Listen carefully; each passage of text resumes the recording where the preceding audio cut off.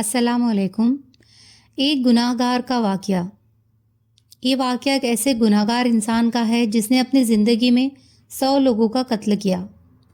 بخاری مسلم حدیث میں بنی اسرائیل کے ایک قاتل کا واقعہ نقل کیا گیا ہے کہ حضور اقدس صلی اللہ علیہ وسلم نے اللہ کے یہاں توبہ کے قبول ہونے کے متعلق صحابہ اکرام کے سامنے بنی اسرائیل کے ایک قاتل کا نہایت خوبصورت اور ایمان افروز واقعہ بیان فرمایا کہ بنی اسرائیل میں ایک شخص چوری ڈکیتی اور قتل میں بہت مشہور تھا۔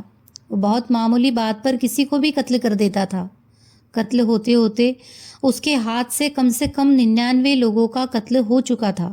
ایک دن اس کے دل میں یہ احساس پیدا ہوا کہ مجھے بھی ایک دن مر کے اللہ کے پاس جانا ہے۔ یہ سوچ سوچ کے اس کی فکر بڑھتی جا رہی تھی کہ وہ لوگوں سے معلومات کرتے ہوئے ادھر ادھر پھرنے لگا کہ کیا میری توبہ اللہ کی بارگاہ میں قبول ہو سکتی ہے یا نہیں۔ اسے کسی عالم شخص سے ملاقات کرنے کی فکر ہوئی کہ کسی عالم شخص سے پوچھا جائے کہ کیا کسی ایسے شخص کی توبہ قبول ہو سکتی ہے۔ لوگوں نے ایک شخص کے پاس جانے کا مشورہ دیا تو اس شخص نے اس آدمی کے پاس جا کر مشورہ لیا کہ کیا میری توبہ قبول ہو سکتی ہے یا میری مغفرت ہو سکتی ہے، کیونکہ میں نے 99 لوگوں کی جان لی ہے۔ تو اس آدمی کو اس کا مسئلہ معلوم نہیں تھا، تو اس نے اپنی عقل سے اس سے کہا کہ جو آدمی 99 لوگوں کی جان لے سکتا ہے بھلا اس کی بخشش کیسے ہوگی، اس کی توبہ کیسے قبول ہو سکتی ہے۔ چنانچہ اس نے کہہ دیا کہ تمہاری توبہ قبول نہیں ہوگی۔ تو اس شخص نے غصے میں آ کر اس کو بھی قتل کر کے 100 پورے کر دیے کہ جب میری توبہ قبول ہی نہیں ہوگی تو کیوں نہ تجھے بھی قتل کر کے 100 قتل پورے کر لوں۔ چنانچہ اس نے اسے بھی قتل کر دیا، مگر اس کے دل میں ایک آس باقی رہا کہ میری مغفرت کا کوئی نہ کوئی راستہ ضرور ہوگا۔ اسی لیے اس نے لوگوں سے پھر معلومات کا سلسلہ شروع کر دیا کہ اسے زمین پر سب سے بڑے عالم کون ہیں،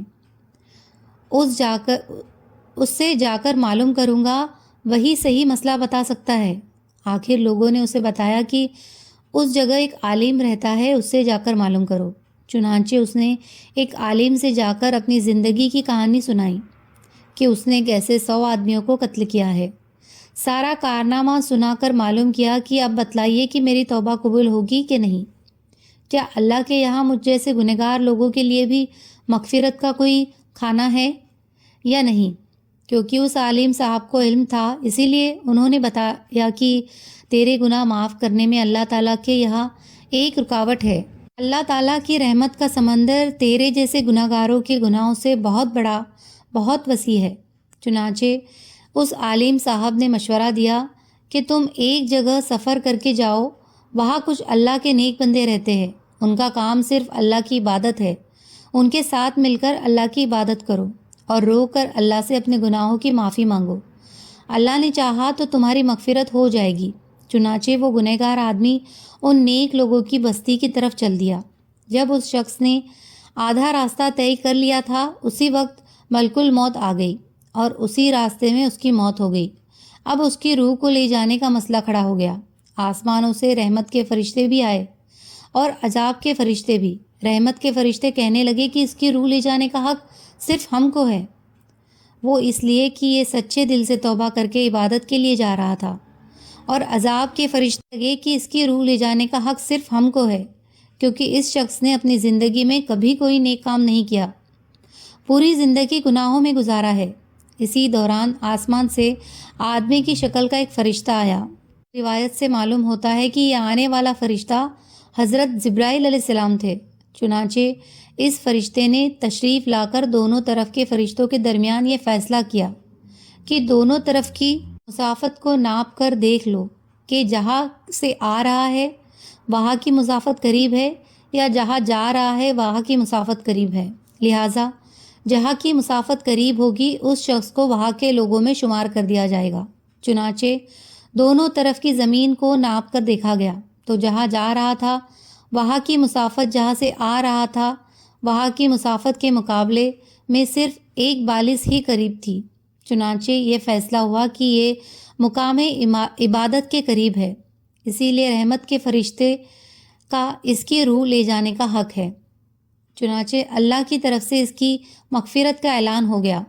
ایک روایت میں آتا ہے کہ جب اس شخص کے پاس ملک الموت آئے تو وہ شخص سینے کے بل زمین کی طرف گھسیٹا گیا تھا۔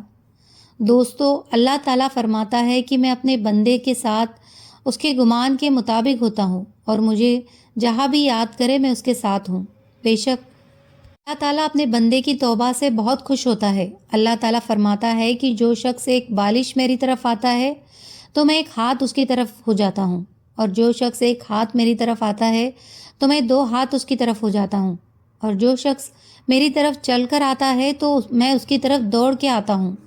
چنانچہ اس سے یہ سبق ملتا ہے کہ جب انسان سچے دل سے توبہ کرتا ہے تو اللہ تعالیٰ اس کی توبہ ضرور قبول فرماتا ہے۔ دوستو، مایوسی گناہ ہے اور شیطان انسان کے دل میں مایوسی ڈالتا ہے۔